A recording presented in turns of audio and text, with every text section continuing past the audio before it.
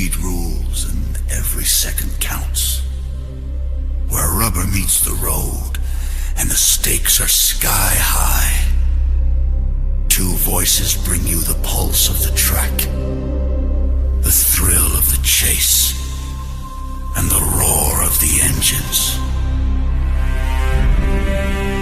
This is Loose Lugs with Lauren Leitch and Mark Allen. Buckle up and hold tight, because the green flag drops now. Hey everyone, welcome to another edition of the Loose Lugs Racing Podcast, sponsored by the Corp Racing and Valley Gasket. Thank you, Ben, Tim, and Carrie, for all that you do for us and all of the community there.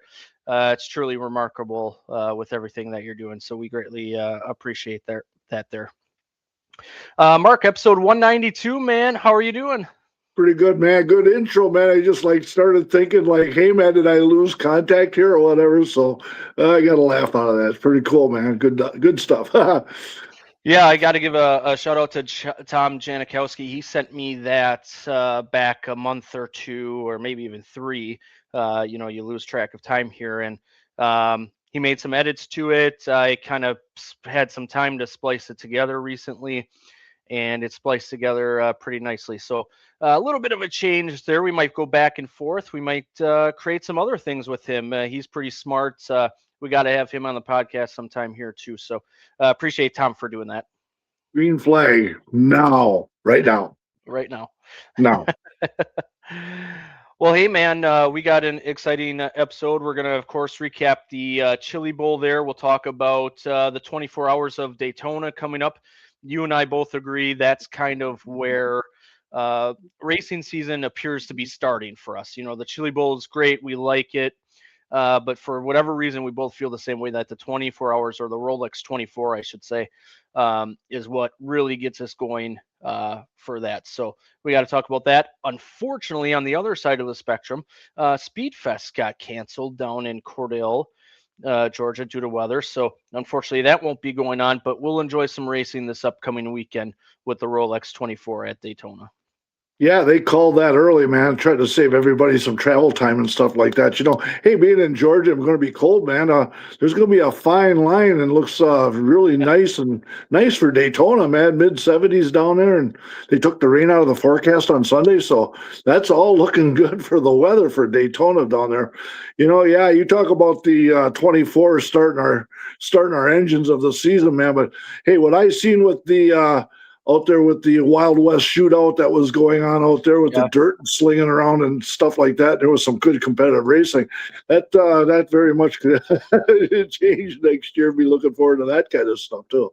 Yeah, no doubt. The Wild West shootout was also good. We'll talk about that a little bit too. But really, what I'm excited about here, in addition to all that, is bringing on Dave Stillman. I've known his family for quite a while. We had his brother Dan on last year talking about racing. Hopefully going to have Dan on here over the next few weeks to talk some more racing as well. But Dave has been involved in NASCAR for quite a while now. He's been a part of a lot of teams. He's been a shock guy. He's been an engineer, and kind of has a new project coming up here. So can't wait to talk to him and bring him on. What a great family they are. They're still, his parents and my grandparents are still very close. So very excited to get Dave on the podcast here.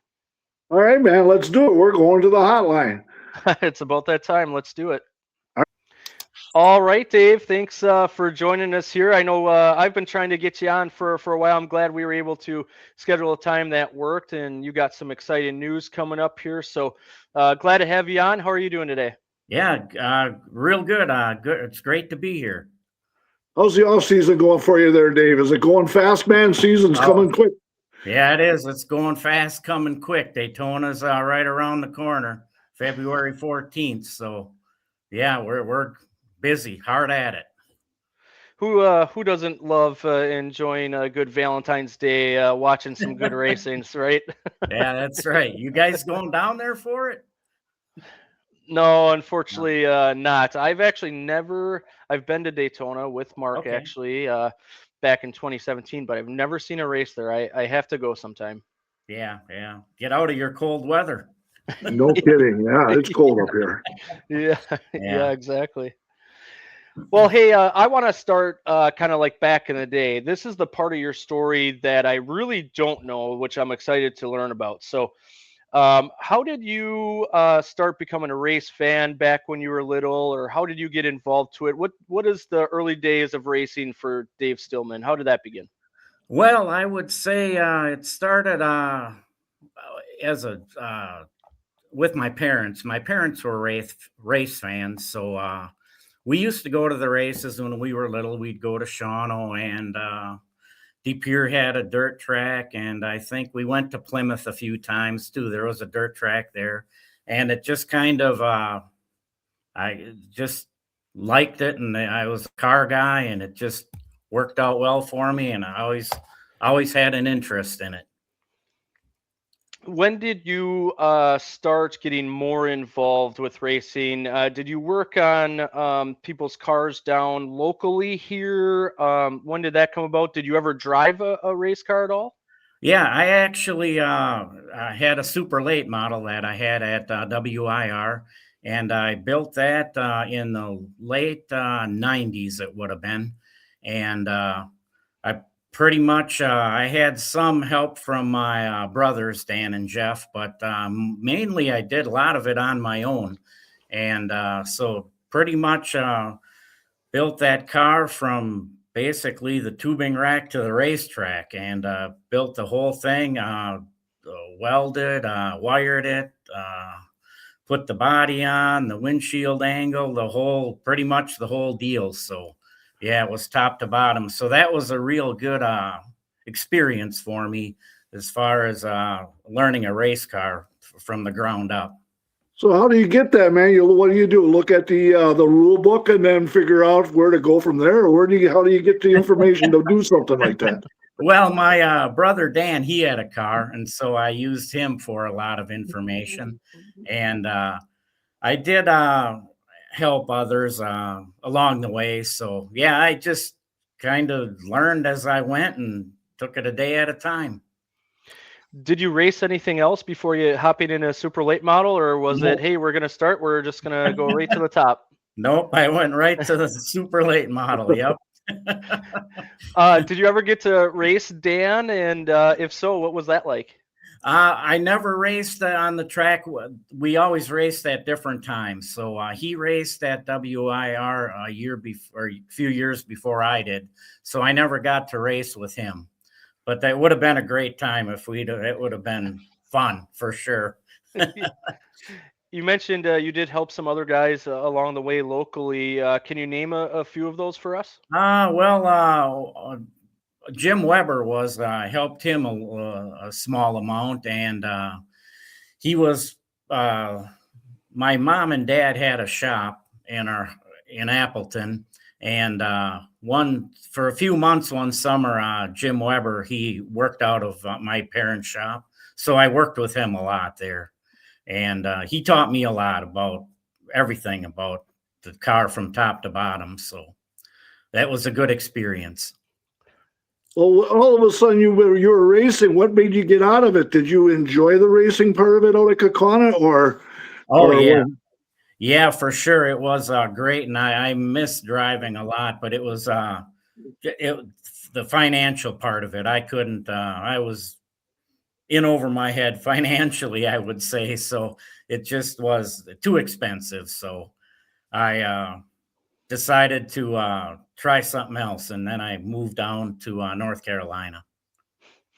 I know my uncle helped out. Zuma Newman, of course, helped out Jim Weber quite a bit too. So that's pretty cool that you did as well.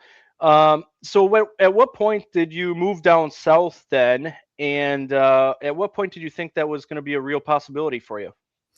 Well, I didn't know if it was going to be a possibility. I just went for broke, I guess you could call it. So I just moved at the end of 2002, in the fall of 2002, and didn't have a job, just packed up, moved down here, rented an apartment, and started there. Correct me if I'm wrong there. You started out with Chance 2 Motorsports, which kind of merged into DEI. Mhm. Was that your first opportunity there, or did you have something before that? No, that was the first real job that I had down here. And yeah, that was Chance too. So it was under the DEI umbrella, Dale Earnhardt Incorporated, and it was owned by Dale Earnhardt Jr. and Teresa. And that was a very good team, very good experience. It got me off the ground really well. Well, when you get your foot in the door, they always say first you start sweeping floors and then you move up from there. Is that how that worked for you? No, I was actually the shock absorber specialist. So Okay. did that and a lot of suspension, the springs and the shocks and things like that. So, but I had experience with my late model at in Wisconsin, so that pretty much was a stepping stone for me and starting there. And so I had good experience and knowledge of a race car. Okay. What made you start with shocks? You've been primarily a shock guy, an engineer too, and we'll get Mhm. into more of that. Mhm. But really, you started as kind of a shock guy. How did that come about? Was that more your choices that where they started you, and it kind of just evolved from there? Yeah, pretty much. It was, I was interested in it and it just, that's where the opportunity was. So I just took it and went from there and it worked out really well. I'm glad that I did it and a lot of good times, good experiences. You worked with Martin Truex Jr. quite a bit there at Chance 2 or DEI. Mhm. Two-time, I guess we'll call it O'Reilly now. I'm still struggling with that. But at the time, it was Busch Series, two-time champion with Chance 2 and DEI. And then you also moved up to the Cup Series with him as well.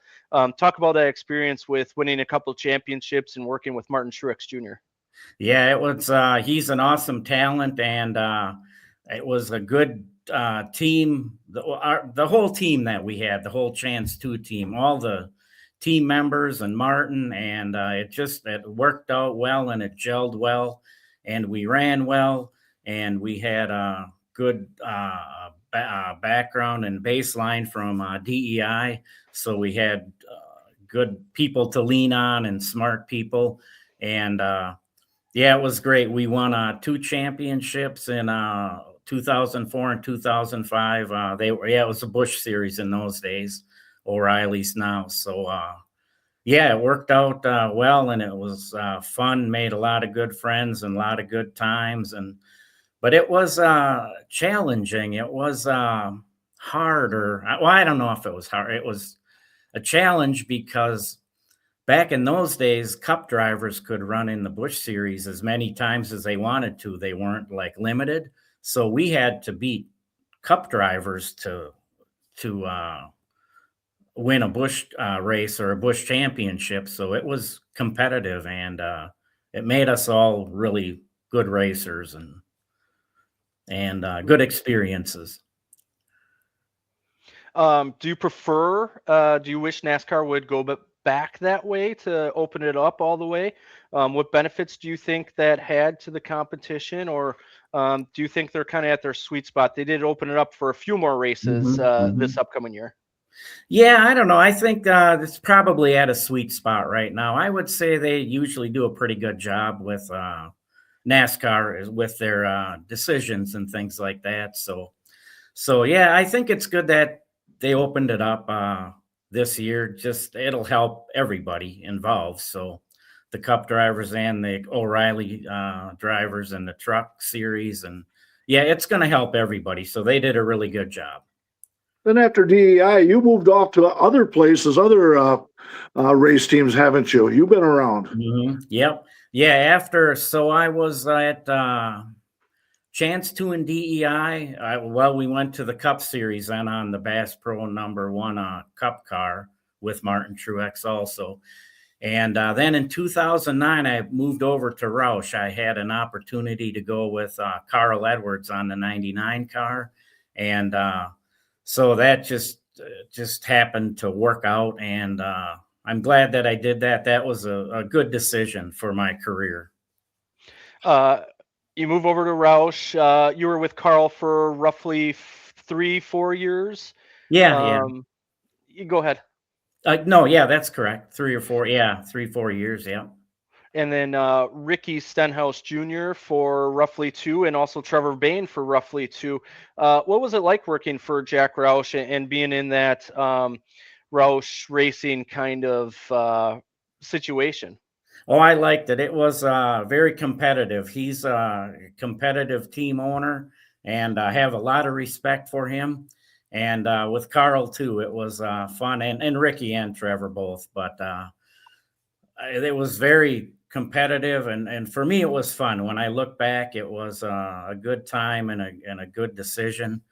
And I was actually in 2011, I believe it was, when we tied with Tony Stewart for the championship. Carl and the 99 car, we tied for that cup championship, but then Tony Stewart won one more. Well, he won the race, so he won the championship. But so that was, we had ran really well and had some really good times. This is where we'll get into some family ties here too, because you know my grandparents well, and my grandma was a huge Carl Edwards fan, and I'll say I like Carl now. Back then I wasn't, because I was a Dale Jr., so I kind of liked Brad Keselowski, and as you know, there was some situations between the two, to say it nicely. So I kind of favored Brad Keselowski in those. But what Carl did for his fans, I'll always say that was remarkable, and what he's done for the sport is remarkable too. But as just a fan back then, me and my grandma still talk about the 2011 season, and she still says that Carl wins the championship, and I break her heart a little bit by telling her no, he didn't. But what a remarkable season that was, though. I mean, is that one of the seasons where you really look back on often and say what a remarkable time in your career?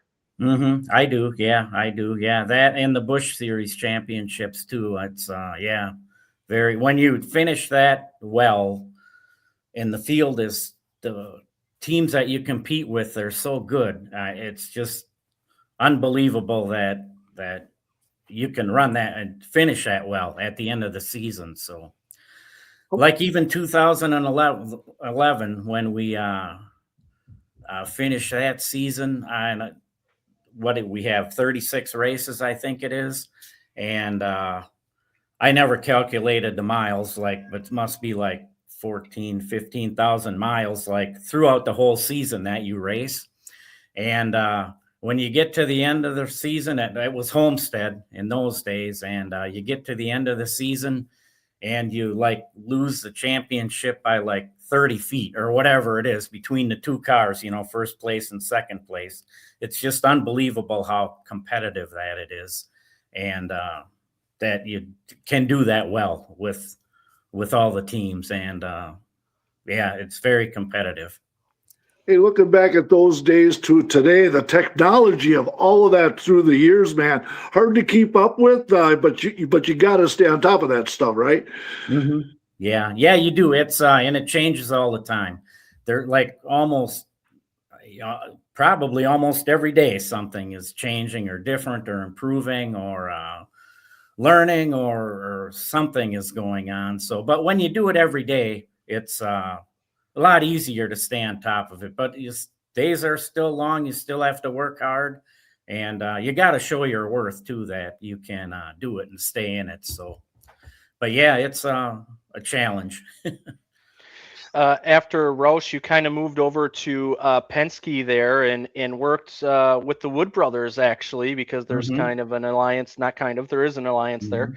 You got to work with a young gun at the time, back in 2017-ish time, that we now know as YRB, young Ryan Blaney, who's now a Cup champion. Talk about working with Ryan Blaney and what you saw in him back then, and then also working for a legendary company. All these are legendary companies, but the Wood brothers, I mean, back to the starts of NASCAR, you're talking. Yeah, the Wood brothers, Wood brothers are like one of the founders of the NASCAR almost. So it's it was a very fun time to work with them, and really honored that I was able to work with them, and look up to them to this day. They're like really good people and friends almost. So it's very good. And then Ryan, yeah, he was fast right out of the first race. I mean, he's just good. And but he grew up racing too, so he had a lot of experience in racing. And but yeah, he was good. Yeah, I could tell he was a champion like the first few races that I worked with him. You also got to work with Daniel Suarez after that, 1 or 2 years at Gaunt Brothers Racing when Daniel was kind of transitioning from his days at Rouse and Gibbs and before his Trackhouse days there. It seems like Daniel is one of the funniest guys out there. Like he has a great sense of humor. What was it like working with Daniel, and did you notice a lot of that humor coming through back then? It did, yeah, it did. I like him a lot. He's a great person and good driver too. And yeah, it was fun to work with him. And when we were there, it's we didn't win any races or anything, but it was a fun year for what we had, and I have a lot of respect for him for sure. Then you went to, of all things, where this kind of comes full circle, I was thinking about, you go to RCR next, which is Richard Childress Racing for people that aren't exactly sure listening. Like I said, almost full circle after you started working at DEI, a company that Dale Earnhardt started. Of course, Dale Earnhardt made his money and won so many of his championships at RCR there. How was working for Richard Childress and another legendary company like that? Yeah, it's yeah, he's another legend for sure, and I like him a lot and respect him a lot. And but he wants to win. He's a good team owner and successful, and it was really an honor to have known him or to know him and respect him, and it's very good. So yeah, and I like him a lot for sure. And still going strong. Yeah, still, yeah. I know. Yeah, very good. Yeah, competitive and yeah, very good. Yep. Most recently, you were at Spire Motorsports, a growing and much improving team. They have some great young talent there and really have come a long way over the years. In fact, I was just watching the first couple episodes of Rising, which Carson Hocevar is in, and also Raja Karuth. Those are two of the young people that are with Spire. Well, Raja's moved on a little bit now, but what a time to be with Spire when they're growing so much and changing so much. How was Spire and what was it like working with a younger growing team? I liked Spire a lot. It's yeah, it's a young well, growing company, growing team, and a lot of talent there. And they're doing, yeah, and Raja, he's awesome. He's a great person. I like him a lot. So, and yeah, it was a lot of fun, and it was a good 2 years that I had there. We mentioned Carson Hocevar there as well. Did you get to work with him much? It seems like he's finding his footing and finding some speed and success early, although he's ruffling a little bit of feathers there, but that's par for the course, right? As a young driver. Yeah. Well, when you get a lot of talent like that and he wants to win, he's competitive. It's like, yeah, it's like all the good drivers are competitive like that. So yeah, got to have a lot of respect for that for two. So now you're now with Viking Motorsports now with a 2-car team. That's impressive right there. How is this going here? How's the off season? How's it looking to go on for 2026? I'm looking forward to it. It's I think it's going to be a great season and a great year. And so I'm the race engineer there on with Anthony Alfredo and our teammates Parker Retzloff. So yeah, and so yeah, we're it's a growing company and growing team, and it's a little bit of work initially here because it's growing so rapidly. And but yeah, it's I'm looking forward to it. I think we're going to run well. Both teams are going to win races, and it's going to be a good season. Yeah, nice connect. I've always said that Anthony Alfredo, to me, for whatever reason, I feel like there's some media people that talk down on him, and I see more of him as a good talent. Also, your brother Dan found some success with Anthony Alfredo recently. They won that Dash for Cash 1 week as well over at R Motorsports before they closed down. So that's kind of cool that you guys kind of have worked with some of the same drivers. I know Carl Edwards, Dale Jr. a little bit there, but it'll be cool to see you work with Anthony, and then also Parker Retzloff. What a great Wisconsin connection that is. Yep. Yeah, he is. Yeah. Yeah. Yeah, it's going to be looking forward to it for sure.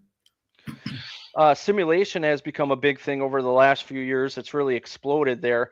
What is your experience with it? How do the teams use it? And do you think it is hugely beneficial for the sport, or what are maybe some of the cons that come with it as well? Hugely beneficial, and that's basically what I do. So it's work with simulation and work with the simulator and the driver in the simulator also. And without having very much practice, all you have is simulation. So that's how you derive your setup for the car. And it pretty much tells you how your race is going to be. So yeah, it's hugely beneficial, and it's a necessity for sure. Do you wish that the team still got to test a little bit more, or do you think with the simulation now it's not really needed and that would just be an extra cost to the teams? Well, it would be a little bit of a cost, but it would be good to test a little bit too, though, so you could get out or just take your time and analyze data, like instead of just like in 15 minutes or 50 minutes or 20 minutes or whatever. So yeah, a test would be good, but yeah, it's expensive. You got 8 sets of tires or whatever it takes to test, and then you got travel there and airplane rides and getting the hauler there and the car, and it's almost, testing is like a whole nother race or even more. So because you can do more with a test, so you kind of think outside the box as much as you can with being legal. So yeah. But yeah. Yeah. Everybody's asking for that too, man. So you're on the same page with everybody else. Yeah, very good. Hey, I want to talk to you about more of the technology stuff. SMT data, do you like it? How much do you get to work with it? Do you wish anything was different with it? What are your feelings on SMT? Yeah, it's another necessity for sure. And yeah, I work with it. That's part of my job too, is that between the crew chief and I and the driver, that's basically what you look at. And it's a huge help. It's everything. It's you can tell braking points, throttle points, driver line, high lane, low lane. Yeah, it's a necessity. And you just, like, if you're running maybe 5th in a race and the leader is leading, obviously you kind of want to drive like the leader drives because he's leading. So you use SMT for all that information. So yeah, it's a huge help for sure. Are the teams looking at that a whole lot when the race is going on? Is that kind of what you'll be doing too, is looking at all that stuff between the teams, your drivers, all that while the race is going on, and try to give some help that way? Yeah, you do. Yeah, for sure. Yep. And yeah, it's you look at that during the race, and you might even look at it just to pass like the car in front of you, just like where his weak points are, and so you can pass the car in front of you too. So yeah, it's but during the race it gets busy. You're looking at SMT, you're calculating fuel mileage, and trying to keep track of the competition and listen to other teams, and so yeah, it's and keep track of lap times, and so yeah, it gets busy during the race for sure. But yeah, you just got to have multitask for sure. I was just about to say the same thing. You got to multitask. Yeah. Those guys are good at that. Yeah. Yeah. Hey, where do you want to see yourself in a few years? How long do you think you'll be working in NASCAR full time and keeping them busy? Do you want to go for a long time? What do the next few years look like for you, Dave? I think I'll go for a while yet. Yeah, for sure. It's I enjoy it long as I'm good at it and competitive, and I fit in with the teams and the series, and yeah. So I'm gonna. Yeah, I don't see anything changing for a while anyway. So I like it. I enjoy it. Um, you kind of get into a rhythm of in life of the racing and the travel and the races and things like that. So yeah, it's I'm still having fun. Put it that way. For the most part, it's still a job, but it's fun for the most part. So Well, the fun is the whole part of it, man. If it wasn't fun, you wouldn't be doing it for sure. yeah. I kind of want to end here with kind of two thoughts here.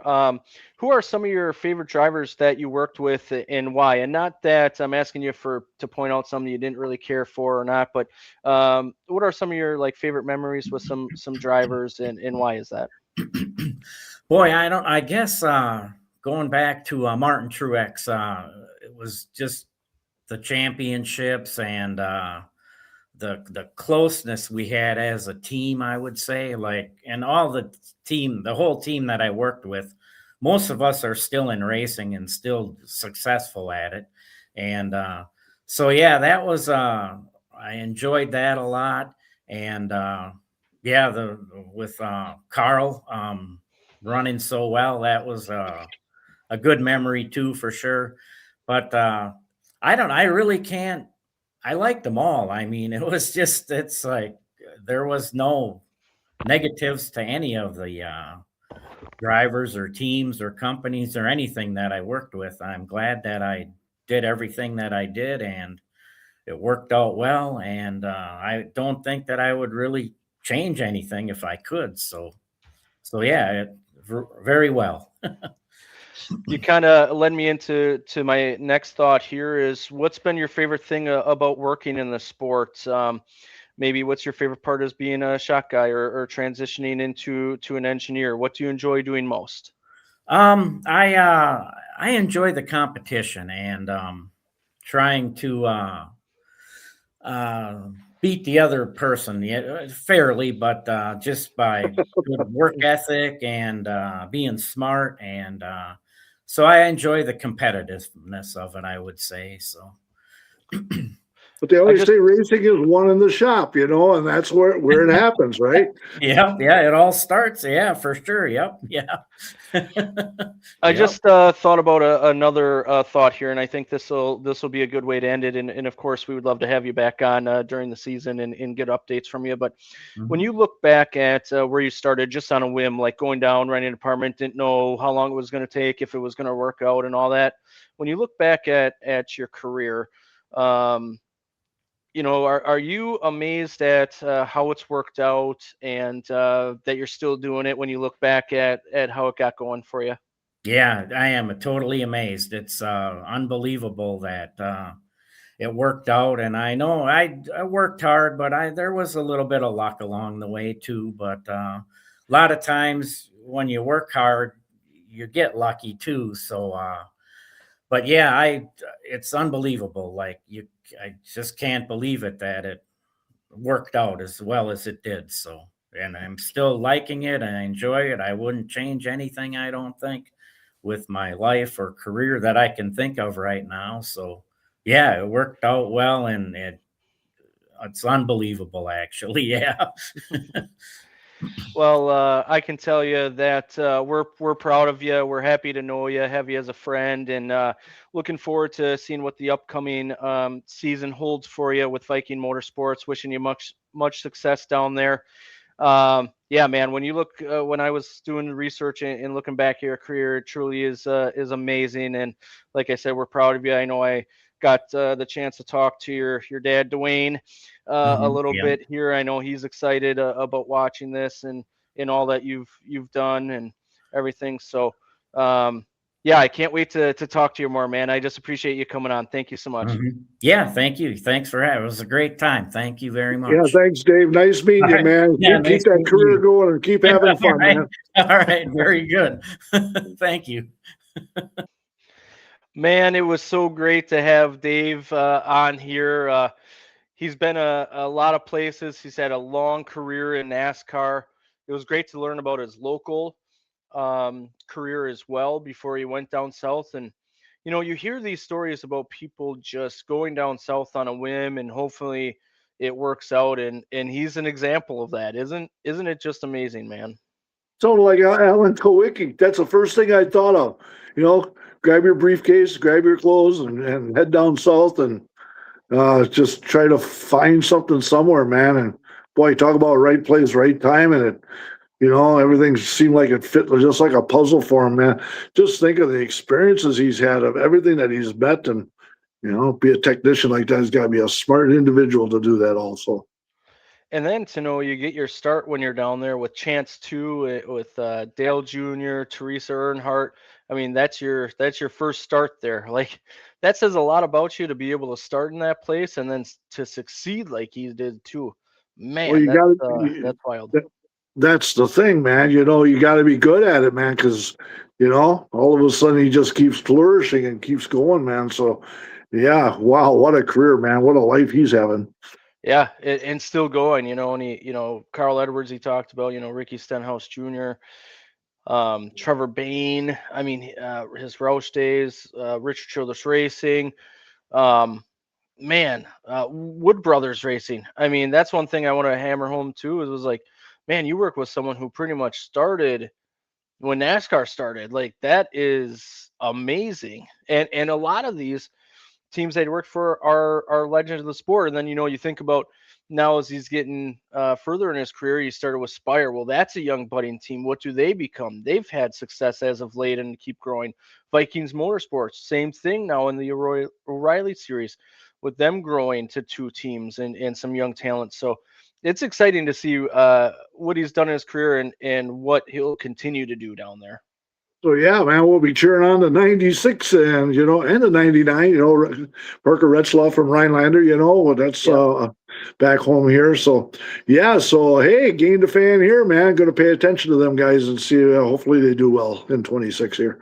No doubt. Appreciate Dave coming on, and can't wait to have him on again. Yep, good stuff there, man.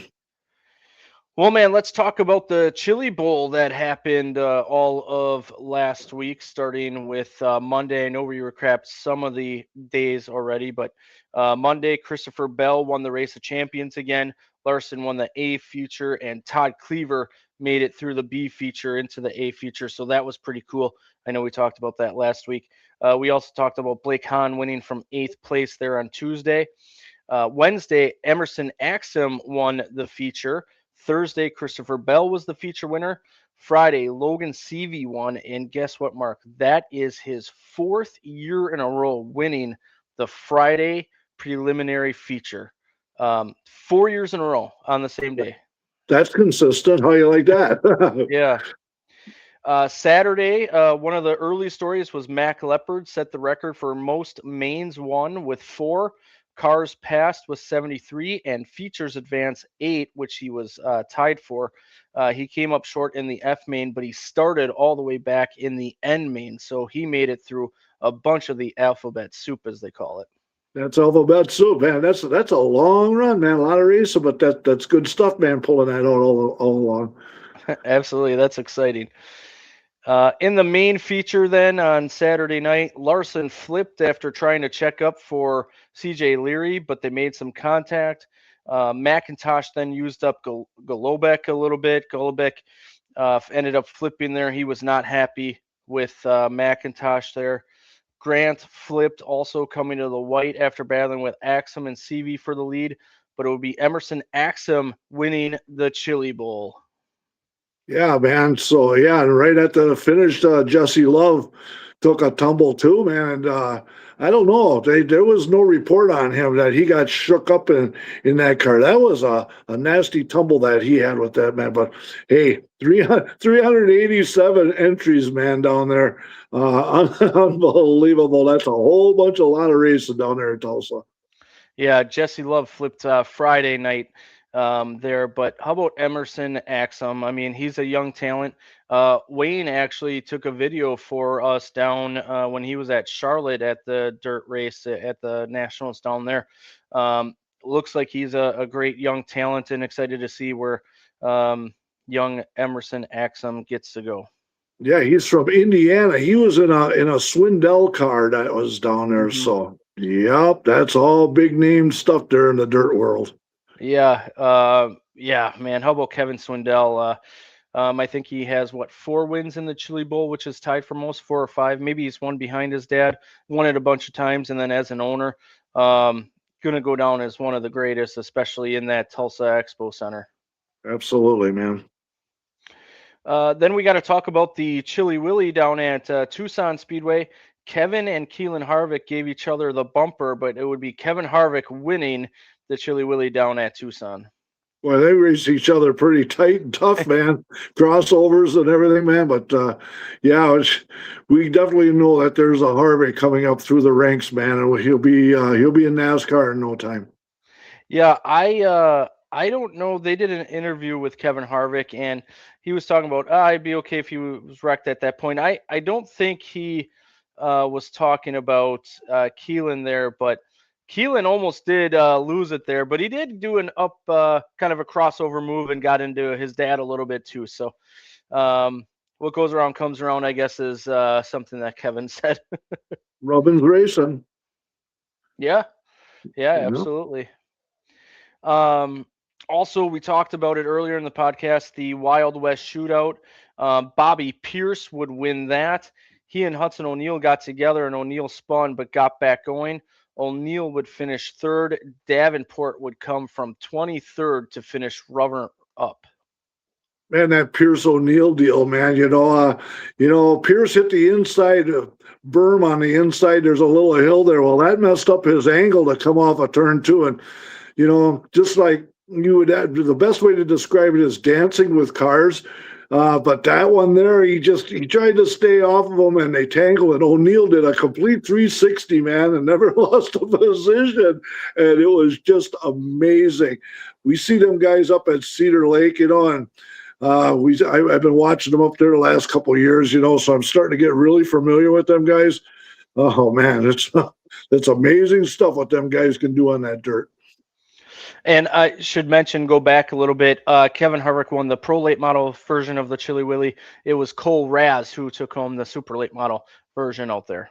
And that would have been that 76 car. We seen that down at the Snowball Derby, man. Sharp car. And yeah, Cole Raz, he was in the final stages of the Snowball Derby, coming through the ranks. I think he even won like the second stage there. So, yeah, we know Cole Raz could get around, and it's really a sharp-looking 76 car.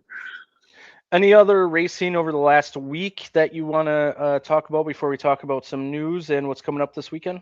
Down in Arizona, Kenny Schrader, even in his modified, 71 years old, and boy, he sure slings a lot of dirt too, and races everywhere. So it's good to see Kenny Schrader still getting victories. And he's one of the nicest guys that you'll see at the track too, but competitive still. He loves to do it. Yeah, absolutely. So that's about all the racing that I know of, man. That's was going, in much warmer places than where we are at. Yeah, I would say. Let's talk about some news then. Ed Carpenter will attempt to qualify for the Indy 500. His 23rd, it would be if he makes it. 23, yeah, that's quite a string there, man. A couple of items here on Cole Butcher. He was announced to drive the 13 truck for ThorSport full time in the truck series. Also, he will race 7 super late model races for Bob Lyon in that red number 44. That Bob Lyon's been doing it for a long time here. He used to have Jeremy Dawson in it for a little bit.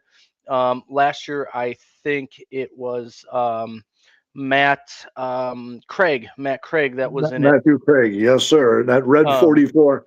Yep. Yep. So Cole Butcher is going to do 7 races for them, so he'll be in it for the Five Flags ASA race, the Dominion ASA race, Five Flags twice for the Super Southern Series, Winchester's ASA race, Nashville's ASA race, and the Snowball Derby. In addition to that, he'll also race 3 races in Nova Scotia as well. So he'll be doing some short track racing in addition to driving full time for Thorsport in the 13. And getting some frequent flyer miles too, for sure. So, yeah, for sure, man. Hey, he's got talent, and that opened up to 13 because Garcia went to the 98, opened up. So, yeah, Thorsport's making their moves right there. But, hey, we seen Cole Butcher. He raced, Bristol last year and got his feet wet a little bit and figured it out. I think he even led a lap, didn't he? He was up front there right. After one of the stages, but I think he stayed on old tires and he just got he was out of there. But he got some experience, so yeah, good spot for him to be.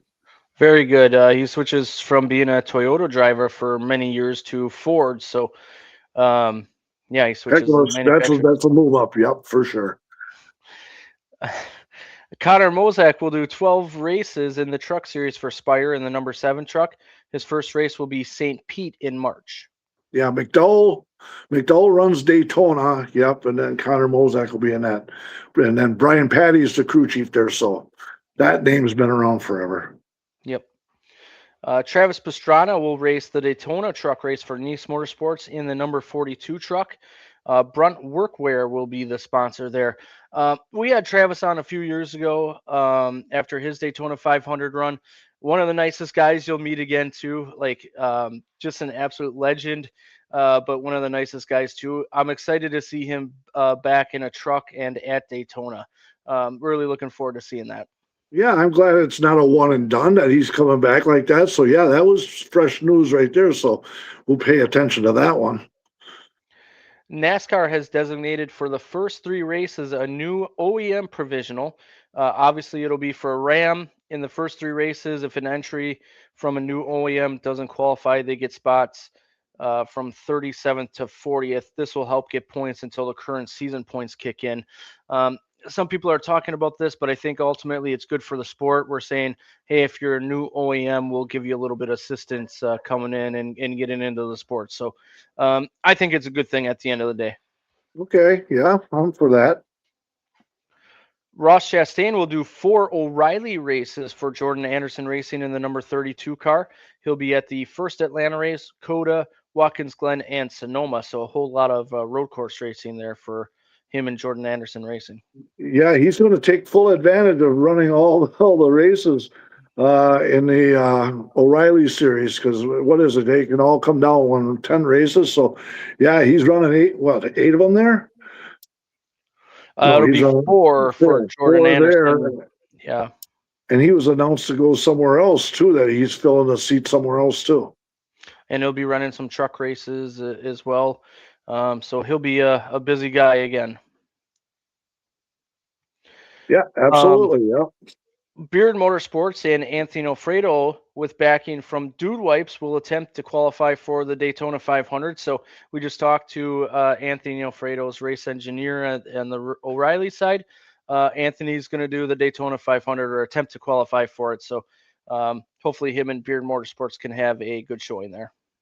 Yep, they always run Daytona and Talladega. They've been doing that for many years. So, yep, and you know what? They pull off good finishes, man. They just keep themselves clean, and they always seem to find themselves in the top 10 at the end. That's happened before multiple times. Yep. One of the drivers that used to drive for Beard Motorsports, Noah Gregson, will be sponsored by Rush Truck Centers for 12 Cup races this year, including the Daytona 500. Yep. He's got tons and tons of sponsors on that 4-car. So a lot of changes that's been done with that team. So let's see if he can perform a little bit better. Xfinity, yes, I'm saying it correct. It's Xfinity, will be the majority primary partner for Bubba Wallace this year, including the Daytona 500. Also will be the primary for Tyler Reddick for select races. Okay, that's working with the 2311. Yep. Burt Myers is going to drive in the Clash at Bowman Gray again as he returns to the number 50 car for Amerivet Racing. That's pretty cool. I hope they have a little bit better showing than they did last year, but Burt Myers in Bowman Gray, you almost have to do that. I guess that would be the crowd favorite right there, man. Just like last year, that was the crowd favorite. So, all right. Corey LaJoy will attempt the Daytona 500 in a fourth RFK Racing car. It'll be the number 99 car. Sponsorship coming from technology company Trimble. So he'll be another open car trying to make the field. Yep. So a few other open cars right there, but yeah, that's a fresh announcement right there. We talked about the new point system and some things involved in it that maybe people didn't think about on the last podcast there, like waivers and all that. Among other rule changes that are going on, if a car goes to the garage for DVP, they no longer can post a speed to get the fastest lap point. Can get it if they are the fastest lap before going to the garage, and that stands though. O'Reilly Series also changed their age minimum for tracks 1.25 miles or shorter, and all road courses will drop from 18 to 17. So you could see some young drivers also in the O'Reilly Series coming up here on those 1.25 mile tracks or road courses.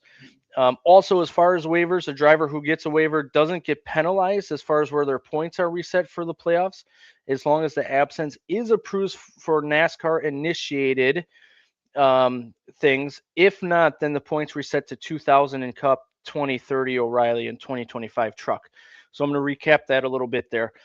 So if it is not NASCAR initiated, but you still finish in the top 16, you would just start last essentially with the dead 16th, 12th, or 10th in the series there respectively.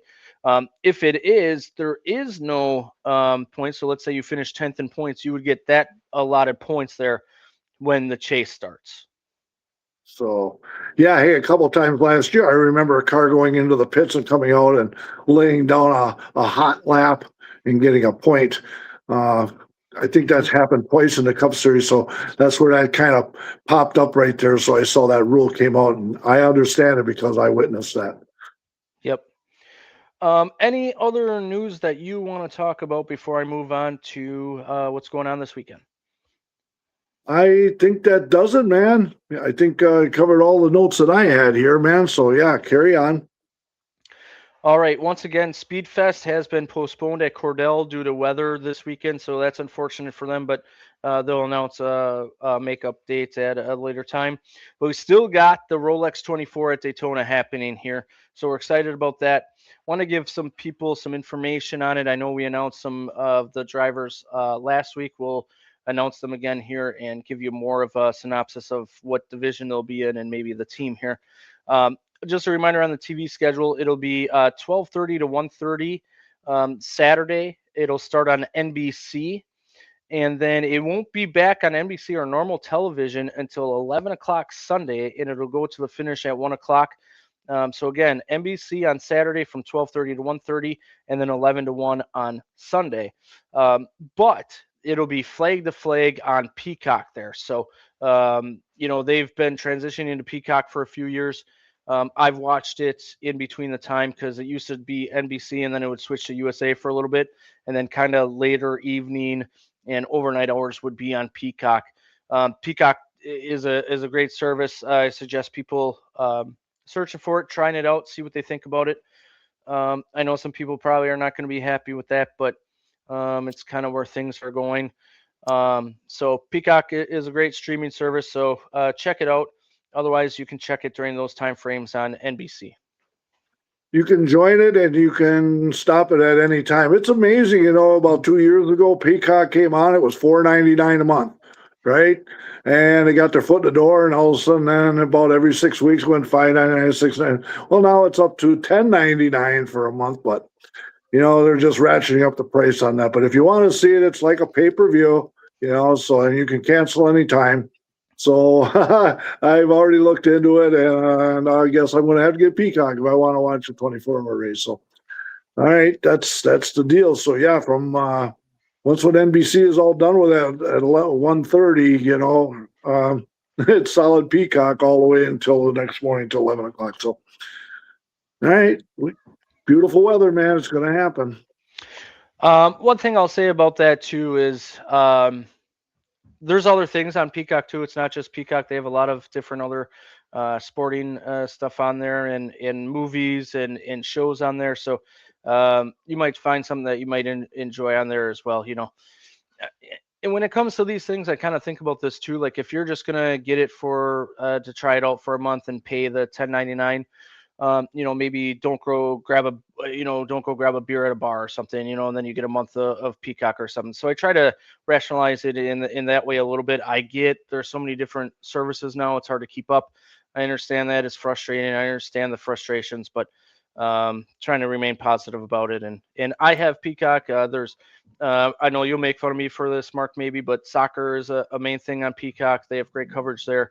I know they have other sports. They used to have WWE on there as well, but there's a bunch of stuff, basketball, football, a bunch of stuff on there. So you might find something. Movies are pretty good too because they get the NBC Universal movies on there. So a lot of one that they're always promoting is Minions and Despicable Me on there. So you even find stuff for the kids. So it can be a positive thing. So hopefully that works out. But you can cancel anytime. I've done that before where, some months we're not going to watch as much TV or whatever, cancel. You can come back to it. No penalty there. So, I'll be curious to hear what people think of Peacock at the end of this deal. For streaming, it's the way it's going to go. The Packer Bear game was on the other week, and they set records with it. Like 31 million people were streaming that. So it's the sign of the times and the way it's going to go. So just going to have to figure out to do what's best for you. So many times I'd sit and say, well, I'll wait until Wednesday and then I can catch up most of it on YouTube. But it's not the same. So might just, brew a pot of coffee and stay up all night and watch a 24-hour race. It's going to be cold outside, so we'll see. But I got a date on Saturday, so I can't let that happen. Oh, yeah, we'll get into that here in a little bit. But time to recap the 24 here and end that discussion. We talked about some drivers being in it. So Allmendinger and Scott Dixon are going to be teammates in the number 60 GTP Acura Meyer Shank ride. Zilich will be in the GTP Cadillac Whelen Action Express car. Alex Palou will be in the 06 GTP Acura Meyer Shank, so he'll be teammates in a different car, though, with Allmendinger and Dixon. Power, Erickson, McLaughlin, and Kirkwood will all be in the GT categories. Herta will be in the LMP category. Hinchcliffe will be in the GTD Pro. This was kind of amazing to me. There are 65 former Rolex 24 winners in the field and also 12 different manufacturers. So doesn't get much better than that. So I'll definitely be tuning in there. Absolutely. It's worth watching for sure, man. Mm-hmm. The other thing coming up, Mark, another congratulations. You won the Pick'em against me this year pretty handily. So this Saturday, as cold as it's going to be, in fact, they kind of switched Friday and Saturday. Friday is going to be worse. Saturday is going to be pretty cold here, but we're going to warm up with some Black Otter food and have a good time out there, celebrate the last season, and look forward to this season upcoming there. So congratulations again, and heck, I'm going to enjoy the meal too. All right, man. And I'm already locked and loaded for Daytona, man. So whenever you're ready. So I'll let you study a little bit yet. Still, I just got to get a little bit closer yet. So clearly after last year, I need to do something different. So I'm still debating my options here. like buy a magazine or something, or, a racing magazine. That'll help you. Yeah, something like that. Right. Well, we got to thank Ben, Carrie, and Tim for allowing us to do this show here. We appreciate you. Appreciate the support with everything that you do. Also, thank you to Dave Stillman for joining us as well. That was a great time talking to him. Looking forward to his season upcoming. Mark, appreciate you as always, man. Look forward to seeing you Saturday, if not before. And thank you, everyone else, for your support. It means the world to us. So everyone have a great weekend. Stay warm. And, hey, we'll talk to you soon. All right, man. I'm off to the sim, man. So see you later. See ya.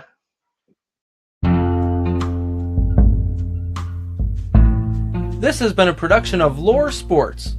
Hope you all enjoyed it, and thank you for listening.